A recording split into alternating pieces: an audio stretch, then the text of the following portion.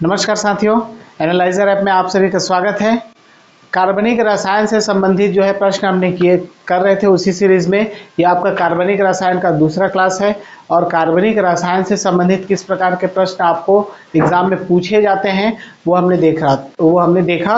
और आगे इससे और कौन कौन से हैं जो आपका पहले देखा था हाइड्रोकार्बन, आज देखेंगे एल्कोहल और बहुलक से संबंधित किस प्रकार के प्रश्न पूछे जाएंगे। कार्बनिक रसायन मैंने बताया था क्या होता है, रसायन विज्ञान की एक उपशाखा है जिसमें जो है कार्बन के यौगिकों से संबंधित जो है उनके यौगिकों का अध्ययन किया जाता है। ठीक है। और हाइड्रोकार्बन क्या है, इसमें मुख्य तत्व दो ही होते हैं कार्बनिक रसायन में, इसके अलावा भी होते हैं आपका नाइट्रोजन, सल्फर, ये सब, लेकिन मुख्यतः दो तत्व होते हैं। कौन कौन से?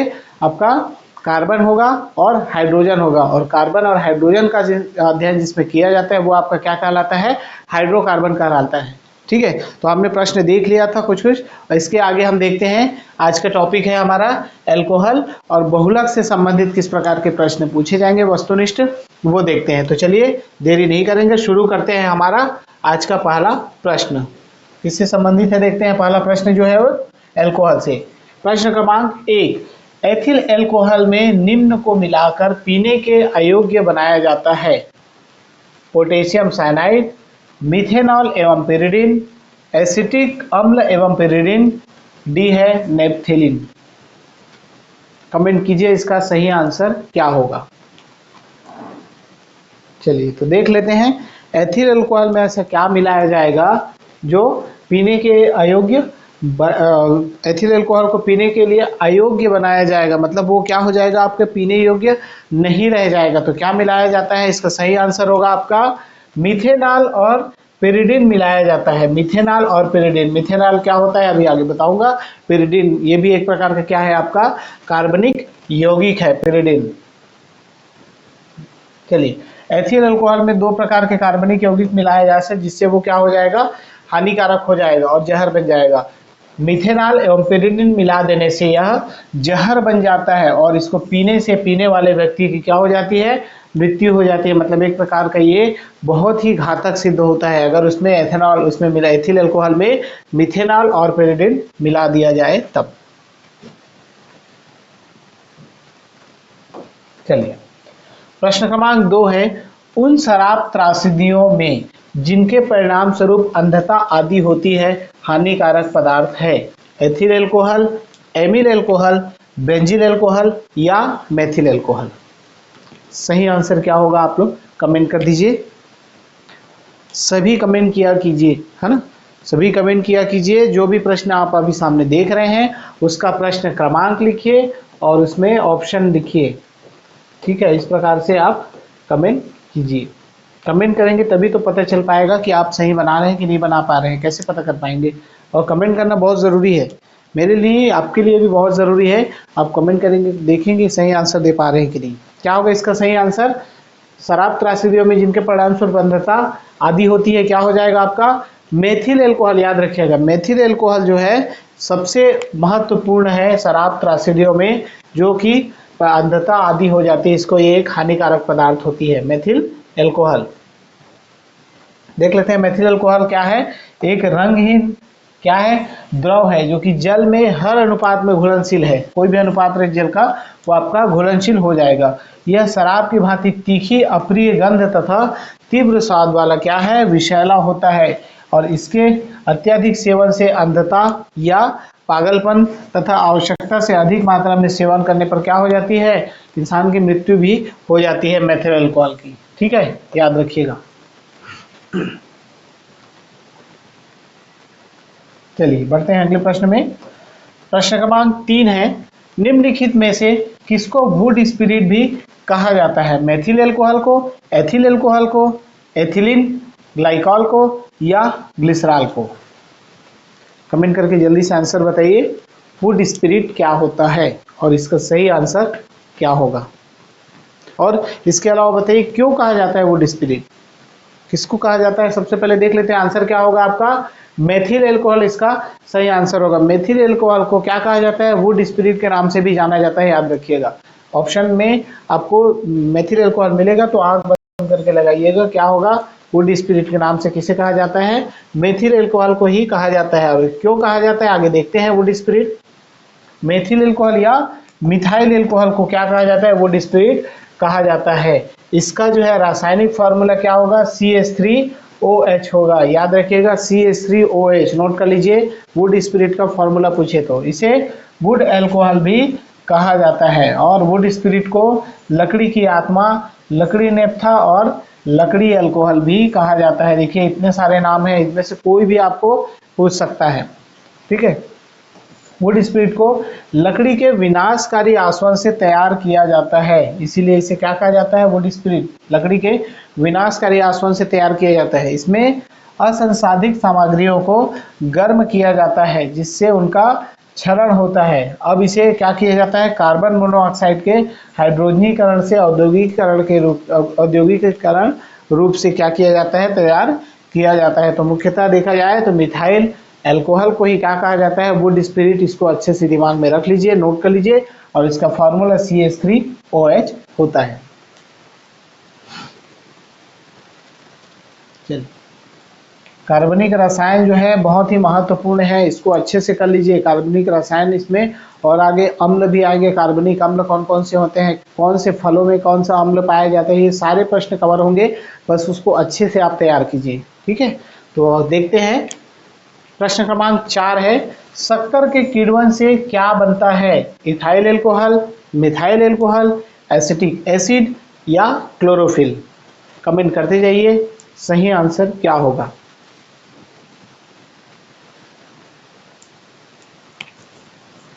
किण्वन की प्रक्रिया सभी को पता है। किण्वन की प्रक्रिया में जो है आपको इसमें क्या बनता है, शक्कर के किण्वन से इनमें से क्या बनता है। तो सही आंसर होगा इसका इथाइल एल्कोहल। इथाइल एल्कोहल किससे, शक्कर या शीरा के किण्वन से प्राप्त होता है, जिसमें क्या, सॉरी लाइट गुल हो गया है।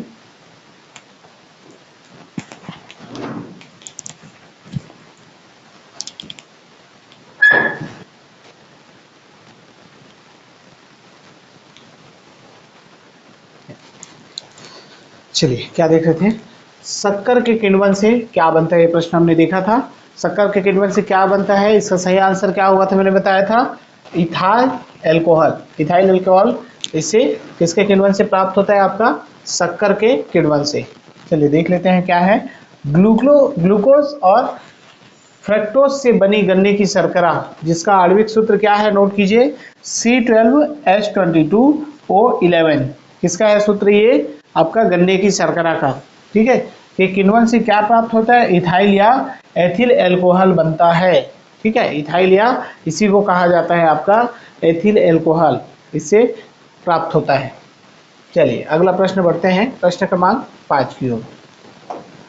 अगला प्रश्न है, शीरा किसके उत्पादन के लिए अति उत्तम कच्चा माल है, ग्लिसरीन, यूरिया, एल्कोहल या पैराफिन। कमेंट करके इसका आंसर दीजिए, क्या सही होगा उत्तर इसका, एक आप कमेंट करते जाइए। शीरा किसके उत्पादन के लिए अति उत्तम कच्चा माल होगा, क्या होगा इसका सही आंसर हो जाएगा आपका, शीरा से क्या बनता है, अभी मैंने बताया एथिल एल्कोहल, अर्थात एल्कोहल बनता है, एल्कोहल। ऑप्शन नंबर सी इसका बिल्कुल सही आंसर होगा। चलिए देख लेते हैं, शीरा क्या है, एक मोटा द्रव है, ठीक है। यह किससे प्राप्त होता है, गन्ने के रस से बनता है, और शीरा इन चीजों के उत्पादन के लिए एक अच्छा कच्चा माल होता है, किसका, एल्कोहल, और इसके अलावा एसिटिक अम्ल, इससे जो है आपका शीरे के उत्पादन के लिए, शीरा जो है इसी से शीरे का प्रयोग किया जाता है इसके उत्पादन के लिए, ठीक है। शीरे से एल्कोहल बनाने के लिए छत्तीसगढ़ के कहाँ पर, कबीरधाम जिले में एक एथेनॉल प्लांट बनाया गया है। कहाँ पर बनाया गया है, छत्तीसगढ़ के कवर्धा जिले में एक एथेनॉल प्लांट जो है स्थापित किया गया है। कौन सा है वो आप कमेंट करके मुझे बताइए, छत्तीसगढ़ में कौन सा प्लांट है जो एथेनॉल उत्पादन के लिए अभी चालू हो गया है, कहाँ पर है वो, कवर्धा जिले में, कबीरधाम। चलिए प्रश्न क्रमांक 6 है, प्राकृतिक रबर का बहुलक है, एथिलीन, आइसोप्रीन, एसिटिलीन या हेक्सेन। आंसर कमेंट करके बताइए कि प्राकृतिक रबर का जो बहुलक कौन सा है इनमें से। नहीं याद है तो नोट कर लीजिए अच्छे से, कमेंट कर दीजिए एक बार कि कौन सा है। क्या हो जाएगा, आइसोप्रीन। याद रखिएगा, आइसोप्रीन जो है वो किसका है, प्राकृतिक रबर का जो है बहुलक है। ऑप्शन नंबर बी इसका बिल्कुल सही आंसर होगा। क्या होता है बहुलक, देख लेते हैं। बहुलीकरण वह अभिक्रिया है जिसमें एक ही प्रकार के एक से अधिक अणु आपस में जुड़कर कोई अधिक अणु भार वाला जो क्या बनाता है, बड़ा अणु बनाता है। और बहुलीकरण में भाग लेने वाले अणुओं को एकलक एवं उत्पाद को क्या कहा जाता है, बहुलक, पॉलीमर्स कहा जाता है। आइसोप्रीन किसका, प्राकृतिक रबर का बहुलक है। वेरी इंपॉर्टेंट, आइसोप्रीन बहुत बार पूछा गया है भाई, है ना, इसको नोट कर लीजिए। आइसोप्रीन प्राकृतिक रबर का बहुलक है। और आइसोप्रीन एक क्या है, रंगीन द्रव है, रंगहीन नहीं, याद रखिएगा, रंगीन द्रव है जो पेट्रोलियम के भंजक अवशोषण से प्राप्त होता है। ये जो इंपॉर्टेंट लाइन लिखवा रहा हूँ इसको अच्छे से नोट कीजिए, ये आपको पूछ सकता है। ठीक है, चलिए बढ़ते हैं अगले प्रश्न की ओर।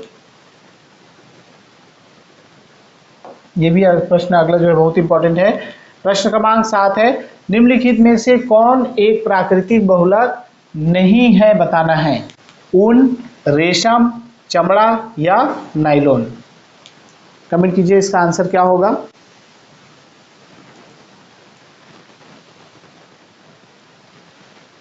प्राकृतिक बहुलक नहीं है।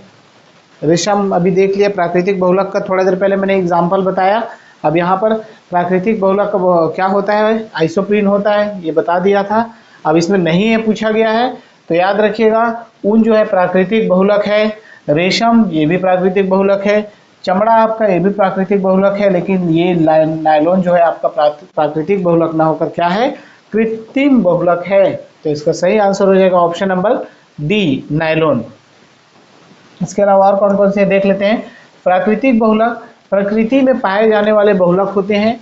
ये बहुलक पौधों और जीवों से प्राप्त किए जाते हैं। प्राकृतिक बहुलक के कुछ उदाहरण कौन कौन से हैं, रेशम, ऊन, DNA, cellulose, protein, rubber, starch, nucleic acid, लकड़ी, त्वचा, ये सब जो है क्या आपका प्राकृतिक बहुलक है। परंतु नायलॉन जो है वो आपका प्राकृतिक बहुलक नहीं है, याद रखिएगा। ठीक है, इसको नोट कर लीजिए, सब नोट करते जाइए, काम आएगा। आगे आप पढ़ेंगे तो काम आएगा। ये सब जो है कूट चुनने में आ सकता है कौन सा प्राकृतिक है कौन सा नहीं है। प्रश्न क्रमांक 8, निम्नलिखित में से कौन सा एक पदार्थ प्राकृतिक बहुलक है, बेकेलाइट, रेशम, केवलार या लेक्सान। आंसर कमेंट करके बताइए क्या होगा। अभी मैंने थोड़ा देर बताया प्राकृतिक बहुलक के कौन कौन से उदाहरण हैं। इसमें से ऑप्शन में कौन सा है आपका, रेशम जो है वो आपका क्या होगा, प्राकृतिक बहुलक का एक उदाहरण है। तो इसका सही आंसर हो जाएगा ऑप्शन नंबर बी। चलिए बता दिया था कौन कौन सा, एक बार फिर से बता देता हूँ। प्राकृतिक बहुलक के अंतर्गत आते हैं कौन कौन सा, रेशम, ऊन, DNA, cellulose, protein, rubber, starch, nucleic acid, लकड़ी तथा त्वचा, ये सब क्या है आपके प्राकृतिक बहुलक हैं। बेकेलाइट प्राकृतिक बहुलक नहीं है, याद रखिएगा। देखते हैं अगला प्रश्न, निम्नलिखित में से कौन सा एक गैर सेलुलोजी रेशे का उदाहरण है, रेयान, लिनन, जूट या नायलॉन। कमेंट करके आंसर बताइए क्या होगा इसका सही आंसर। और आपको पता होना चाहिए कि गैर सेलुलोज रेशे क्या होते हैं, ऐसे रेशे जिसमें सेलुलोज नहीं होती है, सिंपल सी। तो इसका सही आंसर क्या हो जाएगा कि इसमें से गैर सेलुलोज कौन सा है, नायलॉन जो होता है वो आपका गैर सेलुलोज में सेलुलोज नहीं पाई जाती है। रेयान, मिलन, जूट में सेलुलोज पाई जाती है। नायलॉन इसका बिल्कुल सही आंसर होगा क्योंकि इसमें जो है सेलुलोज नहीं पाई जाती है। नायलॉन को क्या कहा जाता है, कृत्रिम रेशम के नाम से भी जाना जाता है क्योंकि यह मानव द्वारा कृत्रिम रूप से बनाया जाता है और यह रेशम की तरह नरम होता है। नायलॉन का निर्माण जो है कोयला, जल और वायु को मिलाकर क्या किया जाता है। इसके अलावा जो है रेयान, कॉटन, सन, जूट, लिनन आदि जो है सेलुलोज के बने होते हैं, जबकि नायलॉन, पॉलिएस्टर आदि ये सब क्या है, गैर सेलुलोज रेशे हैं। तो इसका गैर सेलुलोज के उदाहरण में कौन कौन सा आ जाएगा, नायलॉन के अलावा पॉलिएस्टर, ये भी आपका गैर सेलुलोज का रेशे का उदाहरण है, याद रखिएगा। चलिए पढ़ते हैं अगले प्रश्न में। प्रश्न क्रमांक 10 है, निम्नलिखित में से कौन प्राकृतिक बहुलक नहीं है? घी, स्टार्च, प्रोटीन या रुई, जिसे क्या कहा जाता है? कपास। कमेंट करके इसका जल्दी से आंसर दीजिए। कमेंट आना चाहिए सभी का। प्राकृतिक बहुलक का बहुत सारा एग्जाम्पल मैंने बता दिया है, इसमें से नहीं है बताना है। तो कौन सा नहीं होगा इसमें से? देरी नहीं करेंगे कमेंट करने में, जल्दी जल्दी कमेंट किया कीजिए। आपका जो है प्राकृतिक में घी नहीं आता है, याद रखिएगा। घी जो है, वनस्पति घी जो है आपका प्राकृतिक बहुलक के अंतर्गत नहीं आता है। सही आंसर होगा इसका, घी जो है आपका प्राकृतिक बहुलक ना होकर कृत्रिम बहुलक है। बाकी स्टार्च, प्रोटीन और रुई जो है आपका प्राकृतिक बहुलक के अंतर्गत आते हैं। देखिए, घी प्राकृतिक बहुलक नहीं है, जबकि अन्य सभी क्या है? प्राकृतिक बहुलक है। घी एक कृत्रिम बहुलक है, याद रखिएगा। पिछली बार मैंने बता दिया था कि वनस्पति घी जो है बहुलक का एक उदाहरण है, और किस प्रकार के बहुलक का? आपका कृत्रिम बहुलक का उदाहरण है। चलिए प्रश्न क्रमांक 11 देखते हैं। निम्नलिखित में से किसका उपयोग पॉलीथीन के संश्लेषण में किया जाता है? मीथेन, एथिलीन, प्रोपेन या ब्यूटेन का? पॉलीथीन बहुत इंपॉर्टेंट है, कमेंट करके बताइए इसका सही आंसर क्या होगा। नहीं पता होगा तो भी आप एक बार ट्राई कीजिए सही आंसर बताने का। बता लेंगे वैसे सभी जो हैं, कुछ कुछ सही आंसर हैं। एथिलीन बिल्कुल सही। एथिलीन जो है आपका पॉलीथीन, नाम से स्पष्ट है किसके संश्लेषण? इसमें भी थीन है, इसमें भी थीन है, तो एथिलीन जो है आपका उसमें थीन है, इसमें लीन है। तो एथिलीन के संश्लेषण में किया जाता है उपयोग किसका? पॉलीथीन। एथिलीन के संश्लेषण में पॉलीथीन का प्रयोग किया जाता है। पॉलीथीन जो है एथिलीन के बहुलीकरण द्वारा बनाया जाता है, अतः पॉलीथीन एथिलीन का क्या है? बहुलक है। ये भी बहुत इंपॉर्टेंट है, जैसे आइसोप्रीन प्राकृतिक रबर का है, उसी प्रकार से ये भी आपको याद रखना है पॉलीथीन का। चलिए प्रश्न क्रमांक 12 है। प्लास्टिक से कौन सी गैस उत्पन्न होती है? पॉलीनाइट्रोजन, पॉलीहाइड्रोजन, पॉलीक्लोरीन या पॉलीएथिलीन? कमेंट करके जल्दी से आंसर बताइए क्या होगा इसका सही आंसर। प्लास्टिक जलाते हैं, लेकिन इसमें पूछा गया प्लास्टिक से कौन सी गैस उत्पन्न होती है, तो वो गैस कौन सी है जो हानिकारक है? आपका पॉलीएथिलीन जो है आपका एक हानिकारक गैस है, जो कि प्लास्टिक को जलाने पर उत्पन्न होती है, पॉलीएथिलीन। चलिए देख लेते हैं, इसको नोट कीजिए सब, जो इम्पोर्टेंट फैक्ट है। प्लास्टिक से पॉलीथीन गैस उत्पन्न होती है। प्लास्टिक से कई तरह की गैसें निकलते हैं, जिसमें क्या क्या है आपका? डाइऑक्सिन ऑप्शन में नहीं था, फ्यूरान, पारा, पॉलीक्लोराइनेटेड है ना, पॉलीक्लोराइड था, और यहाँ पर दिए गए polychlorinated, ethylene, green house gas और मीथेन। ये सब किससे होती है? प्लास्टिक को जलाने पर निकलती है। प्लास्टिक जलाने से ये गैसें निकलती हैं, कौन कौन सा? पहले प्लास्टिक से निकलती है, प्लास्टिक को जलाने पर कौन कौन से निकलती है? डाइऑक्सिन, फ्यूरान, पारा, पॉलीक्लोराइनेटेड, ये सब निकलती है। ठीक है, प्लास्टिक जलाने से प्रदूषक भी निकलते हैं। वो प्रदूषक कौन कौन से हैं आपका? माइक्रोप्लास्टिक, बिस्फेनॉल और फेथलेट्स। ये है प्लास्टिक का धुआं जो है मनुष्य के लिए सीधे स्वास्थ्य संबंधी लक्षण पैदा करता है। ये प्रदूषक जो है भूमि या जल निकायों में जमा हो सकते हैं। वन्य जीवों में क्या? कैंसर, प्रतिरक्षा रोग और प्रजनन संबंधी समस्याएं किससे विकसित होती हैं? प्लास्टिक के प्रदूषण से होती हैं। ठीक है, याद रखिएगा इसको। चलिए बढ़ते हैं अगले प्रश्न की ओर। थोड़ा फास्ट नहीं हो रहा है, ज़्यादा पढ़ाएंगे तो ज़्यादा क्वेश्चन कवर कर पाएंगे। आप लोग कमेंट करते जाइए सभी लाइन से, और सेशन कैसा लगता है ये भी आप ज़रूर बताया कीजिए कमेंट करके। ठीक है, क्या कुछ कमी है कि और भी आगे कुछ टॉपिक हैं जो आपको अच्छे से करने हैं, तो सारे आप कमेंट कर सकते हैं। चलिए प्रश्न क्रमांक 13 है। निम्नलिखित में से कौन सा बहुलक बुलेट प्रूफ वस्त्र बनाने में उपयोग किया जाता है? बेकेलाइट, पॉलीएमाइड, टेफ्लॉन या पॉलीयूरेथीन? बुलेट प्रूफ वस्त्र बनाने में इनमें से किसका प्रयोग किया जाता है? कमेंट कर दीजिए एक बार इसका आंसर क्या होगा। ऑप्शन याद रखिएगा, प्रश्न क्रमांक लिखिए और उसके बाद उसमें ABCD जो भी ऑप्शन है आपका लिखिए। ठीक है, क्योंकि बाद में देख रहे होंगे वीडियो को, बाद में देखेंगे तो आपका जो है खुद उसको परख पाएंगे कि आपने बाद में सही आंसर दिया है कि नहीं दिया है। एक लाइन से आप प्रश्न क्रमांक लिखेंगे तो आपको पता चल जाएगा क्या होगा इसका सही आंसर। बुलेट प्रूफ वस्त्र बनाने में किसका प्रयोग होता है? पॉलीएमाइड का। याद रखिएगा, पॉलीएमाइड का प्रयोग जो है बुलेट प्रूफ वस्त्र बनाने में किया जाता है। पॉलीएमाइड जो है एक प्रकार का बहुलक है, ठीक है। बुलेट प्रूफ जैकेट के निर्माण में पॉलीपैराफेनिलीन टेरेप्थोलेमाइड या उसी को क्या कहा जाता है आपका पॉलीएमाइड कहा जाता है। जो इसका नाम है ये भी याद रखिएगा और इसी को शॉर्ट फॉर्म में आपका पॉलीएमाइड कहा जाता है। ये एक प्रकार का क्या है बहुलक, इसका प्रयोग होता है और यह क्या है सिंथेटिक फाइबर है, ठीक है। इसका ब्रांड का नाम जो है आपका केवलर है और केवलर के बारे में मैंने पहले आपको बता दिया है क्या है केवलर, ठीक है। वो केवलार था, ये केवलर है। चलिए बढ़ते हैं अगला। प्रश्न क्रमांक 14 है, निम्नलिखित में से कौन सा बहुलक बुलेट प्रूफ खिड़की बनाने में उपयोग किया जाता है? पॉलीकार्बोनेट, पॉलीयूरेथेन, पॉलीस्टाइरीन या पॉलीएमाइड। अब यहाँ पर बोला गया है बुलेट प्रूफ खिड़की, कमेंट करके आंसर बताइए क्या होगा।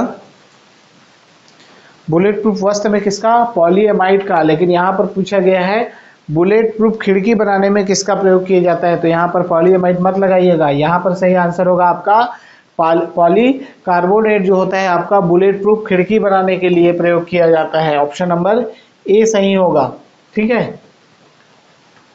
बुलेट प्रूफ खिड़की के निर्माण में पॉलीकार्बोनेट नामक बहुलक का प्रयोग किया जाता है। चल कंफ्यूज नहीं होंगे कौन कौन सा किसके लिए प्रयोग किया जाता है, एक एक करके ध्यान से देखिए और लिखते जाइए। प्रश्न क्रमांक 15 है, बुलेट प्रूफ जैकेट के निर्माण में किस बहुलक पदार्थ का प्रयोग किया जाता है? नायलॉन 66, रेयान, केवलर या डेक्रॉन। कमेंट करके इसका जल्दी से आंसर दे दीजिए, इंपॉर्टेंट प्रश्न है ये बहुत।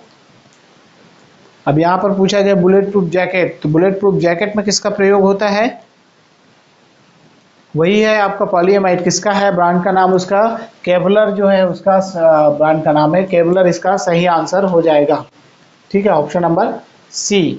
बुलेट प्रूफ जैकेट के निर्माण में केवलर नामक बहुलक का प्रयोग होता है। केवलर एक क्या है? सिंथेटिक फाइबर है। यह पॉलीपैराफेनिलीन टेरेप्थोलेमाइड का जो है ट्रेडमार्क नाम है, ठीक है। ट्रेडमार्क में उसको क्या कहा जाता है? केवलर, मैंने बता दिया था, ठीक है। पॉलीएमाइड है उसका, ठीक है। बुलेट प्रूफ वस्त्र जैकेट के लिए पॉलीएमाइड है, उसका ट्रेडमार्क का नाम क्या है आपका? केवलर है। चलिए प्रश्न क्रमांक 16 है, निम्नांकित में से कौन एक बुलेट प्रूफ जैकेट बनाने में प्रयोग किया जाता है? ऑप्शन ए रेशेदार कांच, option B gun metal, option C सीसा, ऑप्शन डी है लेमिनेटेड या पटलित कांच। कमेंट करके इसका जल्दी से आंसर दीजिए क्या होगा सही आंसर। कमेंट कर दीजिए उत्तर क्या होगा, सभी कमेंट किया कीजिए, ठीक है। तो बुलेट प्रूफ जैकेट बनाने में प्रयोग किया जाता है कौन सा एक में से? लेमिनेटेड आपका पटलित जो है कांच जो है बुलेट प्रूफ जैकेट बनाने में भी इसका प्रयोग किया जाता है।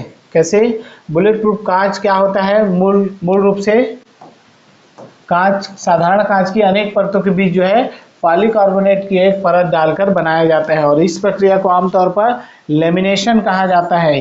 प्लास्टिक वाला लेमिनेशन नहीं है, लेमिनेटेड कांच वाला लेमिनेशन है। इस लेमिनेटेड कांच का बुलेट प्रूफ जैकेट निर्माण में प्रयोग हो सकता है। ये ऐसी कांच रहेगी जो बहुलक कैसी रहेगी जो आपका बुलेट प्रूफ जैकेट में प्रयोग किया जा सकता है, ठीक है। तो याद रखिएगा।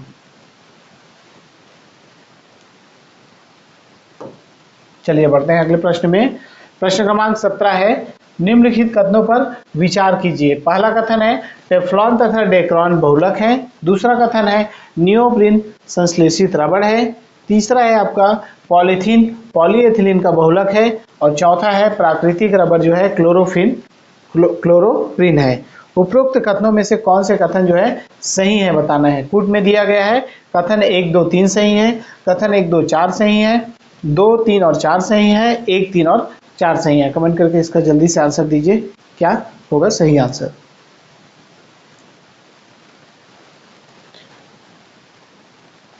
अच्छे से पढ़े होंगे तो जरूर बनेगा, नहीं पढ़े हैं तो दोबारा पढ़ लीजिए इसको अच्छे से। कठिन लग रहा होगा तो जो मैं इंपॉर्टेंट फैक्ट पढ़ा रहा हूँ पहले उनको लिखिए, उसके बाद आप आगे का पढ़िएगा, ठीक है। या अगर पहले से पढ़ लिए हैं तो आपको ये प्रश्न जो है सारे बनने चाहिए।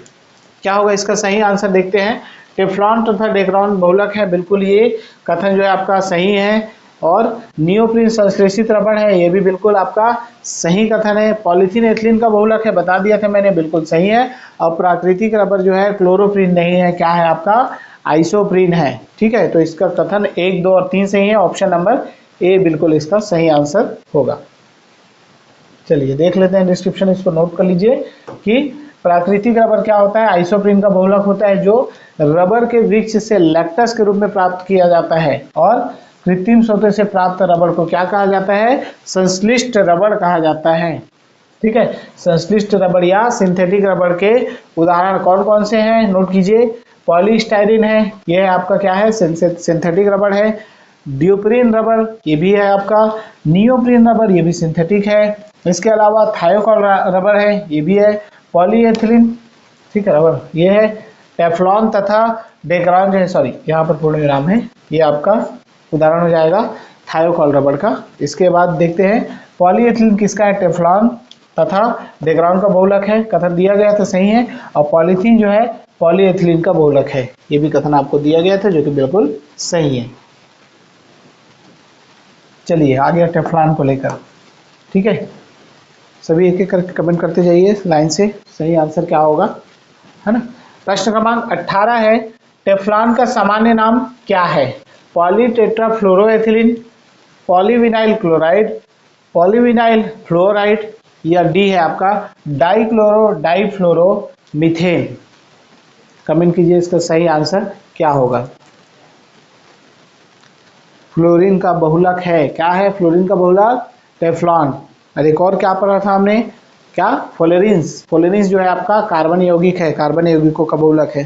ठीक है, दोनों में कंफ्यूज नहीं होंगे, अच्छे से कीजिए। क्या होगा इसका सही आंसर आपका, टेफ्लॉन का सामान्य सूत्र डाइक्लोरो डाइफ्लोरोमीथेन नहीं होगा, पॉलीटेट्राफ्लोरो एथिलीन है। लिख लीजिए कहीं पर, पॉली, कॉपी पेन लेके सभी बैठे होंगे। ठीक है, जब भी पढ़ते हैं कॉपी पेन लेके बैठिए, नोट करते जाइएगा। पॉलीटेट्राफ्लोरो एथिलीन जो है टेफ्लॉन का सामान्य नाम है। टेफ्लॉन के बारे में देख लेते हैं क्या है टेफ्लॉन। जो पॉलीटेट्राफ्लोरोएथिलीन जो है एक संश्लेषित फ्लोरो बहुलक है। फ्लोरो बहुलक अर्थात फ्लोरीन्स का बहुलक है। इसका साधारण नाम जो है टेफ्लॉन कहा जाता है, PTFE। एक क्या है, ठोस फ्लोरोकार्बन है। इसका घनत्व कितना होता है, 2.2 ग्राम प्रति घन सेंटीमीटर होता है। और इसका गलनांक जो है 327 डिग्री सेल्सियस होता है। ठीक है, उच्च होता है। यह अनेक कार्यों के लिए उपयोगी है, जैसे मुख्यतः इसका उपयोग क्या, बर्तनों पर न चिपकने वाली नॉन स्टिक सतह के रूप में होता है। नॉन स्टिक मतलब अभी बहुत चल रहा है नॉन स्टिक कढ़ाई जो है, जिसमें देखेंगे खाना नहीं चिपकता है, उसमें किसका प्रयोग किया जाता है, आपका टेफ्लॉन का प्रयोग किया जाता है। ठीक है, चलिए वही प्रश्न है। प्रश्न क्रमांक 19 है, नॉन स्टिक फ्राइंग कढ़ाई में लेप लगा होता है, किसका, अरलान, टेफ्लॉन का, पॉलीस्टाइरीन का, या पॉलीप्रोपाइलीन का। कमेंट कर दीजिए इसका सही आंसर क्या होगा। अभी मैंने बता दिया है कि इसका सही आंसर क्या होगा कि न चिपकने वाले बर्तनों में जो है आपका टेफ्लॉन यूज किया जाता है। टेफ्लॉन जो है एक प्रकार का क्या है, आपका बहुलक है। तो इसका सही answer option number B Teflon होगा। चलिए वही जो मैंने बताया कि टेफ्लॉन जो है किसका है, पूरा नाम पॉलीटेट्राफ्लोरोएथिलीन होता है, बता दिया था। इसका जो है गलनांक उच्च होता है, घनत्व 2.2 ग्राम प्रति घन सेंटीमीटर होता है। और इसका मुख्यतः उपयोग न चिपकने वाले बर्तन नॉन स्टिक कढ़ाई में इसका प्रयोग किया जाता है। सॉरी आंसर दिख गया होगा तो मत देखिएगा।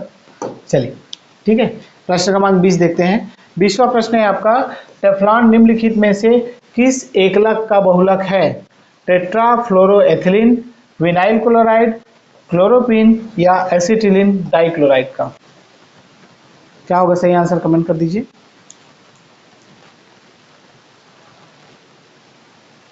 टेफ्लॉन किसका है, एकलक का ही बहुलक होता है। ठीक है, पहले एकलक होगा फिर बहुलक बनेगा। टेफ्लॉन जो है आपका टेट्राफ्लोरोएथिलीन का बहुलक है, बताया था ऊपर मैंने अभी। ठीक है, वही लिखा हुआ है। टेट्राफ्लोरोएथिलीन का बहुलक क्या है? टेफ्लॉन है। इसका जो है गलनांक उच्च होता है और इसका उपयोग जो है नॉन स्टिक कढ़ाई में प्रयोग किया जाता है। घनत्व तो इसका 2.2 ग्राम प्रति घन सेंटीमीटर होता है। ये शॉर्ट नाम क्या कहा जाता है इसको? टेफ्लॉन, टेट्राफ्लोरोएथिलीन इसका बहुलक है। चलिए बढ़ते हैं अगले प्रश्न में। प्रश्न क्रमांक 21, निम्नलिखित में से किस पदार्थ का उपयोग बर्तनों को चमकीला बनाने के लिए किया जाता है? एलम, कैलोमेल, जिंक क्लोराइड या जिंक ऑक्साइड? आंसर कमेंट कर दीजिए क्या होगा।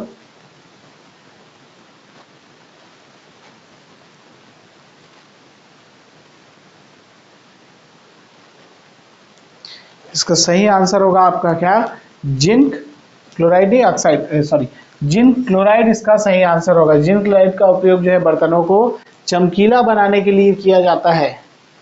चलिए देख लीजिए, जिंक क्लोराइड का उपयोग जो है चमकीला बर्तन बनाने के लिए किया जाता है और वस्तुओं को चमकीला बनाने में इसका इस्तेमाल होने वाले अन्य ऑक्साइड कौन कौन से हैं? सिलिकॉन डाइऑक्साइड, नोट कीजिए, एल्यूमिनियम ऑक्साइड, इसके अलावा बेरियम ऑक्साइड और सोडियम ऑक्साइड, ये सभी जो है आपका बर्तनों को चमकीला बनाने के लिए प्रयोग की जाती हैं। चलिए देखते हैं अगला प्रश्न। प्रश्न क्रमांक 22, निम्नलिखित में से कौन सा पॉलीमर नहीं है? नायलॉन, टेफ्लॉन, कैप्रोलैक्टम या पॉलीस्टाइरीन? पॉलीमर अर्थात बहुलक नहीं है। सही आंसर क्या होगा कमेंट सेक्शन में दे दीजिए।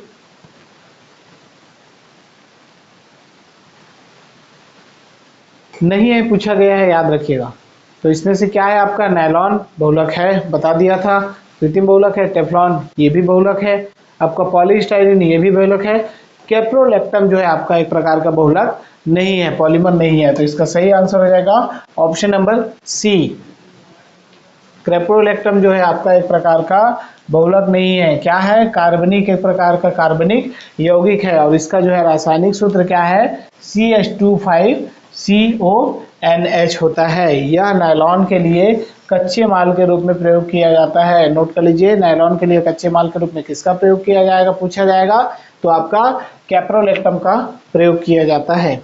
नाम याद रखना थोड़ा कठिन है लेकिन आपको इसको याद रखना है क्योंकि एग्जाम में जब आएगा तो आपको ये बनाना पड़ेगा। ऐसा नहीं है कि प्रश्न छोड़ के आएंगे, एक एक प्रश्न जो है बहुत इंपॉर्टेंट होते हैं। आपसे कोई भी एक प्रश्न जो है छूटना बिल्कुल नहीं चाहिए। ठीक है, तो एक एक प्रश्न को अच्छे से कीजिए और कुछ डाउट होगा तो कमेंट कर सकते हैं और किस टॉपिक पे करना है वो सब। ठीक है, अगला प्रश्न है, निम्नलिखित में से किसके निर्माण में फिनॉल का प्रयोग किया जाता है? ऑप्शन ए पीवीसी के, ऑप्शन बी नायलॉन के, ऑप्शन सी पॉलीस्टाइरीन के या ऑप्शन डी बेकेलाइट के? कमेंट सेक्शन में इसका आप कमेंट करके सही आंसर बताइए क्या होगा कि फिनॉल का प्रयोग किसके निर्माण में किया जाता है। पढ़े होंगे तो बिल्कुल सही आंसर लगाएंगे, नायलॉन का नहीं, पॉलीस्टाइरीन में। बेकेलाइट के प्रयोग में जो है आपका फिनाइल का प्रयोग किया जाता है। अच्छे से नोट कर लीजिए बेकेलाइट क्या होता है, आगे देखते हैं। चलिए 1907 में, ठीक है, लियो बेकले ने फिनाइल और फॉर्मेल्डिहाइड की अभिक्रिया के फलस्वरूप क्या किया था? बेकेलाइट का निर्माण किया था। फिनाइल का प्रयोग इसीलिए बेकेलाइट में होता है, इसके निर्माण में प्रयोग किया जाता है। ठीक है, तो अच्छे से नोट कर लीजिए कि फॉर्मेल्डिहाइड और बेकेलाइट, फॉर्मेल्डिहाइड का आगे हम लोग भी पढ़ेंगे, उसको आगे क्लास में देखेंगे। चलिए प्रश्न क्रमांक 24 देखते हैं। बेकेलाइट निम्नलिखित के संघनन से बनता है? यूरिया एवं फॉर्मेल्डिहाइड के, फिनाइल तथा फॉर्मेल्डिहाइड के, फिनॉल तथा एसिटाल्डिहाइड के, डी है मेलामिन एवं फॉर्मेल्डिहाइड के। तो इसका सही आंसर क्या होगा एक बार कमेंट कर दीजिए। सही आंसर क्या होगा? अभी मैंने बताया है कि जो है बेकेलाइट किसके संघनन से प्राप्त होता है? आपको फिनाइल तथा फॉर्मेल्डिहाइड के संघनन से प्राप्त हुआ था। सबसे पहला प्रयोग कब किया गया था अभी मैंने बता दिया। तो इसका सही आंसर हो जाएगा आपका ऑप्शन नंबर बी, 1907 में। चलिए देखते हैं बेकेलाइट के बारे में, इसको नोट कीजिए। बेकेलाइट एक आरंभिक प्लास्टिक है। इसका रासायनिक नाम क्या है?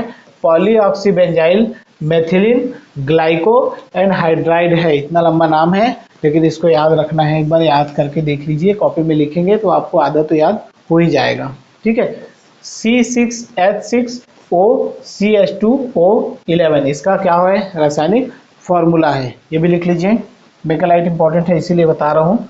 ठीक है, फॉर्मूला इसको नोट कीजिए। यह थर्मोसेटिंग फिनॉल फॉर्मेल्डिहाइड रेजिन होता है, जो कि क्या? फिनाल एवं फॉर्मेल्डिहाइड के संघनन प्रक्रिया से प्राप्त होती है। और इसकी खोज कब हुई थी? 1907 से 1999 के मध्य जो है 1907 से 1909 के मध्य बेल्जियम के रसायनज्ञ लियो बेकेलेंड ने की थी। बेकेलेंड इसका नाम था, इसीलिए इसे क्या कहा गया है? बेकेलाइट कहा गया है। ठीक है, वैज्ञानिक का ही नाम क्या है?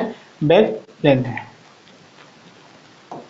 चल, इंपॉर्टेंट क्वेश्चन ही यहाँ पर आपको बताया जा रहा है, जो कि एग्जाम की दृष्टि से बहुत ही महत्वपूर्ण है। एक भी प्रश्न आपसे छूटना नहीं चाहिए। सारे टॉपिक जो आपको कवर करा दिए जाएगा, तो इसको एक एक करके एक एक प्रश्न बनाते जाइए।